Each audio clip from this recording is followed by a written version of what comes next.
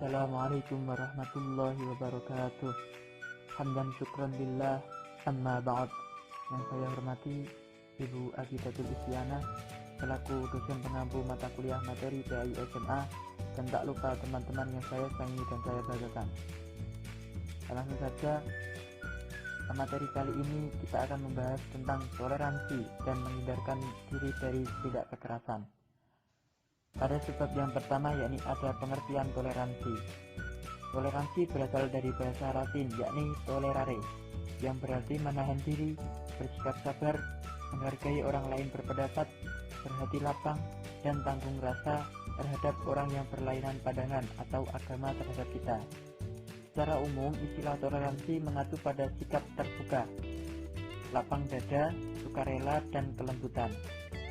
Dalam UNESCO mengartikan bahwasanya toleransi sebagai sikap saling menghormati, saling menerima, saling menghargai di tengah keragaman budaya, berekspresi, dan karakter manusia. Ayat Al-Quran tentang toleransi dijelaskan dalam Quran surat Yunus ayat 40 dan 41. Bismillahirrahmanirrahim. Wa minhum man yu'minu bihi wa minhum man la yu'minu bihi. Wa rabbuka a'lamu bil mufsidin. Fa in kadzabuka faqul li 'amali wa lakum 'amalukum antum bari'una mimma a'malu wa ana bari'un mimma ta'malun. Yang artinya, di antara mereka ada orang-orang yang beriman kepada Al-Quran, dan di antara mereka pula orang-orang yang tidak beriman kepadanya. Dan Tuhanmu lebih mengetahui tentang orang-orang yang berbuat kerusakan. Jika mereka mendustakan kamu, maka katakanlah, bagiku pekerjaanku dan bagimu pekerjaanmu. Kami berlepas diri terhadap apa yang aku kerjakan, dan aku pun berlepas diri terhadap apa yang kamu kerjakan. Untuk kosakata Quran surat Yunus di atas, yakni akan saya jelaskan. Yang pertama ada al-mufsidina, yang berarti orang-orang yang berbuat kerusakan. Li'amali, bagiku pekerjaanku. Bari'u, tidak bertanggung jawab. Kataba, yang artinya mendustakan. Lakum ma'amalukum, bagimu pekerjaanmu. Amilaya malu, yang artinya mengerjakan. Ada beberapa bacaan tajwid yang ada dalam Quran surat Yunus ayat 40 dan 41. Yang pertama yakni ada wa minhum. Hukum bacaan dari lafaz tersebut adalah idhal halki, di mana apabila ada nun mati bertemu dengan hak. Yang kedua, wa minhum man. Hukum bacaannya adalah idgham mimi, di mana sebab dari bacaan tersebut adalah apabila ada mim mati bertemu dengan mim. Yang ketiga, mayyu'minu. Hukum bacaannya adalah idgham bi gunnah, sebab apabila ada nun mati bertemu ya tidak dalam satu kalimat. Ada sebab selanjutnya, yakni ada isi kandungan surat Yunus ayat 40 sampai 41. Yang pertama yakni ada dalam mengimani Al-Quran, manusia terbagi menjadi dua golongan, ada yang beriman dan ada yang tidak beriman. Yang kedua, Allah Maha mengetahui siapa yang berbuat kerusakan, yakni orang-orang yang tidak beriman. Yang ketiga, Allah memerintahkan Rasulullah dan kaum muslimin agar menjauhi orang-orang yang mendustakan Al-Quran dan menjauhi perbuatan mereka. Yang keempat, Allah memerintahkan Rasulullah dan kaum muslimin untuk berlepas diri dari perbuatan-perbuatan orang yang tidak beriman. Yang kelima, setiap amal akan ada konsekuensi dan balasannya. Apabila amal itu baik, akan membawa kita ke surga, dan apabila amal itu buruk, akan menyeret kita ke dalam neraka. Tafsir surat Yunus ayat 40 sampai 41 tadi menjelaskan bahwasanya ada orang yang mengimani Al-Quran dan sebagian dari mereka ada yang tidak mengimaninya hingga mati dalam keyakinan itu dan dibangkitkan bersama. Dan Tuhanmu melihat orang-orang yang melakukan kerusakan yang tidak beriman kepadanya dengan kerja kezaliman, penentangan dan kerusakan. Lalu Allah memberikan balasan kepada mereka atas kerusakan yang mereka perbuat dengan siksaan yang sangat berat. Selanjutnya Tafsir ayat 41, apabila kaum musyrikin mendustakan dirimu, wahai Rasulullah, maka katakanlah kepada mereka, bagiku agamaku dan amal perbuatanku, dan bagi kalian agamamu dan perbuatan kalian. Kalian tidak bersalah karena perbuatanku, dan aku pun tidak disiksa atas perbuatan kalian. Selanjutnya pada subbab yang ke-5, yakni ada pengertian menghindarkan diri dari tindak kekerasan. Kekerasan adalah perilaku yang tidak layak, yang mengakibatkan kerugian atau bahaya secara fisik, psikologis ataupun finansial yang dialami individu maupun kelompok. Akibat dari kekerasan fisik tersebut mampu mengakibatkan kerugian yang sangat besar.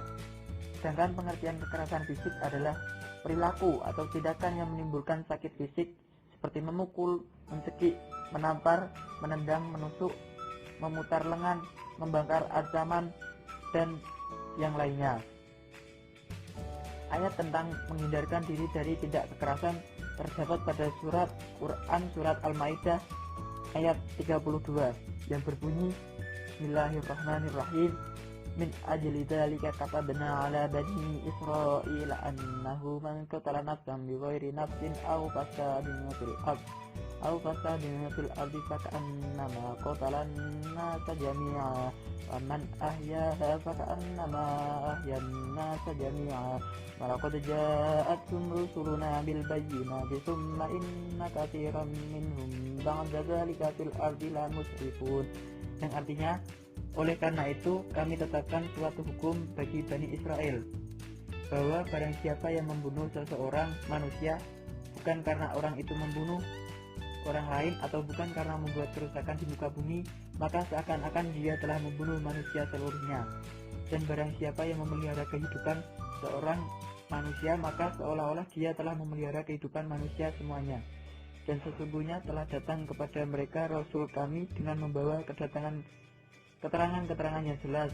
Kemudian banyak di antara mereka sudah itu sesungguh melampaui batas dalam berbuat kerusakan di muka bumi. Kosa kata dalam Quran surat Al-Maidah ayat 32, yakni ada min ajalin yang artinya oleh karena itu, dzalika kata benar, kami tetapkan suatu hukum ala Bani Israel, bagi Bani Israel, annahu man, bahwa barang siapa qatala membunuh nafsan seseorang bighairi nafsin, bukan karena orang itu membunuh, ahyaha, memelihara kehidupan seorang manusia, faka'annama, maka seakan-akan dia ahya telah memelihara kehidupan annasa manusia jami'an semuanya. Walaqad ja'athum, sesungguhnya telah datang kepada mereka rusulana, rasul kami. Selanjutnya terdapat juga bacaan tajwid dalam Quran surat Al-Maidah ayat 32, yakni min ajalin. Hukum bacaan dari lafaz tersebut ada idhar, di mana huruf nun berharokat sukun bertemu huruf hamzah. Dan kedua min ajalin, hukum bacaannya adalah qalqalah surah, karena huruf qalqalah jim berharokat sukun dan posisinya di tengah kalimat. Kata benar juga hukum bacaannya qalqalah sughra, karena huruf qalqalah ba berharokat sukun dan posisinya di tengah kalimat. Bani Israila, hukum bacaan adalah baca ismu fasil, karena huruf mat bertemu dengan hamzah di lain kalimat. Isi kandungan dari Quran surat Al-Maidah ayat 32, yakni yang pertama, membunuh merupakan dosa besar. Membunuh satu orang tanpa alasan, maka seakan-akan membunuh manusia seluruhnya. Yang kedua, memelihara nyawa manusia berpahala besar. Memelihara satu nyawa seakan-akan kita memelihara kehidupan manusia seluruhnya. Yang ketiga, surat Al-Maidah ayat 32 ini menunjukkan bahwa agama Islam telah mengajarkan umatnya untuk menjaga kehidupan dan menjauhi tindak kekerasan. Yang keempat, Allah telah mengutus para rasul dengan membawa keterangan yang jelas, termasuk mengajarkan untuk menjaga kehidupan dan memperingatkan agar menjauhi tindak kejahatan. Yang terakhir, banyak di antara Bani Israel yang melampaui batas di masa itu. Meskipun mereka telah mengetahui keterangan yang jelas dari Rasul, yang mendakwai mereka, tetapi mereka tetap tidak mau mempercayainya. Tafsir Jalalain dalam Quran surat Al-Maidah ayat 32 yakni menjelaskan bahwa maksud ayat ini adalah perbuatan Qabil sebagaimana dikisahkan pada ayat sebelumnya. Kami tetapkan bagi Bani Israel bahwa barang siapa yang membunuh seseorang bukan karena berbuat kerusakan yang diperbuatnya di muka bumi berupa perampokan, perzinahan atau sebagainya, maka seolah-olah dia telah membunuh manusia semuanya. Sebaliknya, barang siapa orang yang memelihara kehidupannya, artinya tidak membunuh, maka seolah-olah ia telah memelihara kehidupan manusia seluruhnya. Selain itu juga ada tafsir dari Kementerian Agama. Dalam tafsir Kementerian Agama dijelaskan bahwa membunuh seseorang manusia berarti membunuh semua manusia. Bagaimana memelihara kehidupan seseorang manusia berarti dia juga memelihara kehidupan semua manusia. Ayat ini juga menunjukkan keharusan adanya kesatuan umat dan kewajiban mereka masing-masing terhadap yang lain, yaitu kita harus menjaga keselamatan hidup dan kehidupan bersama dan menjauhi hal-hal yang membahayakan bagi orang lain. Hal ini dapat kita rasakan karena kebutuhan hidup manusia tidak dapat dipenuhinya sendiri, sehingga mereka sangat memerlukan yang namanya tolong-menolong, terutama pada hal yang menyangkut kepentingan umum.